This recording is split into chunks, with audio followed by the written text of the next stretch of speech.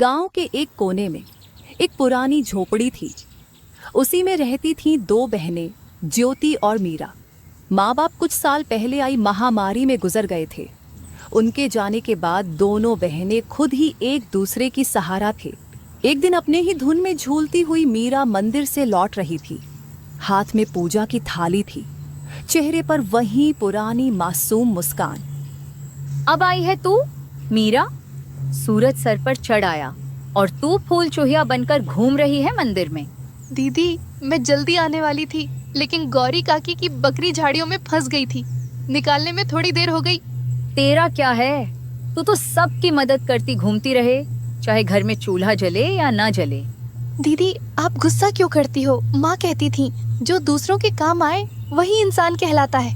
माँ अब नहीं है मीरा, और उनके कहे बातों की अब इस दुनिया में कोई मूल्य नहीं रही। अब कोई किसी के लिए कुछ नहीं करता। मीरा चुप हो गई।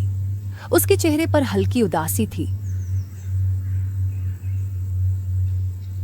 वो झोपड़ी के कोने में रखे उस लकड़ी के संदूक तक गई जिसमें माँ की यादें अब भी सांस लेती थीं।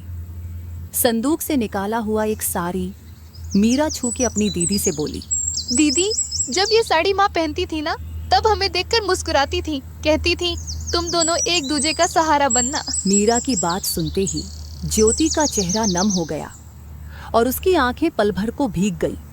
लेकिन ज्योति अपने भावनाओं को छुपाते हुए मीरा से बोली, मैं तुझसे सख्त हूँ मीरा, क्योंकि मैं डरती हूँ। अगर तुझे भी एक दिन कुछ हो गया तो मैं अकेले कैसे जीऊंगी?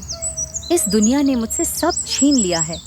मैं नहीं चाहती तू भी मेरी तरह कमजोर पड़ जाए, इसलिए तुझे मजबूत बना रही हूँ।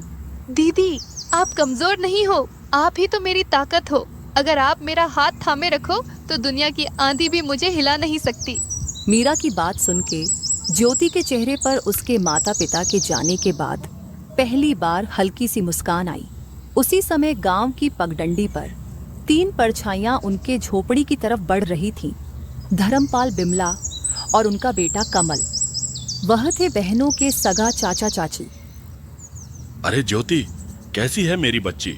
तू ठीक तो है ना? बहुत मुश्किल से जिंदगी बीता रहे होगे ना भैया भाभी के जाने के बाद। हम ठीक हैं चाचा जी, अब जो है उसी में खुश हैं। खुश? झोपड़ी में? तुम्हारे हिस्से की जमीन को हमारे नाम कर देती तो हम तुम दोनों को अपने यहाँ रहने देते। तुम दोनों बहुत खुश रहती हमारे साथ। हाँ माँ, तुम सही कह रही हो। इनका घर भी पुराना हो चुका है और अब ये जमीन भी यूं ही पड़ी है, बर्बाद हो रही है। ये सब सुन के ज्योति की आंखों में आग सी चमक उठी। हमें किसी की जरूरत नहीं। बाबूजी की जमीन हमारी माँ और बाबूजी की आखिरी निशानी है, उसे हम यूं ही नहीं छोड़ेंगे। अरे बेटी, तुम्हारी जो खेतों की जमीन है वो भी तो बंजर ही पड़ी हुई है ना। और वैसे भी दुनिया समझदारी से चलती है और औरतें खेत नहीं जोतती। देख लेना, एक दिन रोती हुई आओगी हमारे पास, तब समझ आएगा कि रिश्तेदारों से मुंह नहीं मोड़ा करते। ज्योति को ये सब सुनाकर तीनों वहां से निकल गए। लेकिन मीरा ये सब घर के अंदर से सुन रही थी।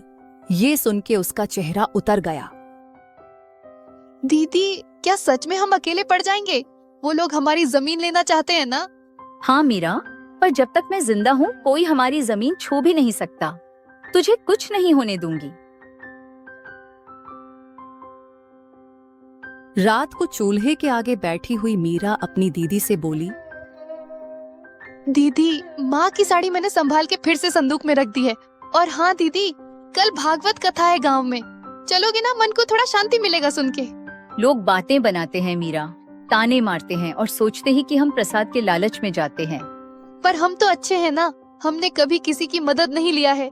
हमें डर कर नहीं, डट कर जीना चाहिए दीदी। नहीं, हम नहीं जाएंगे। भगवान सब में है। तुम यही से भगवान को पूजना और मंदिर भी जाना, लेकिन वहाँ जाने की जरूरत नहीं।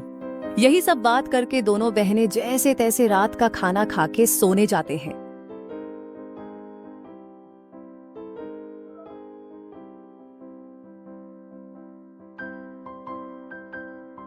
अगली सुबह दोनों बहनें अपनी जमीन को देखने जाते हैं, जिसमें दोनों बहनों ने मेहनत करके थोड़ी सी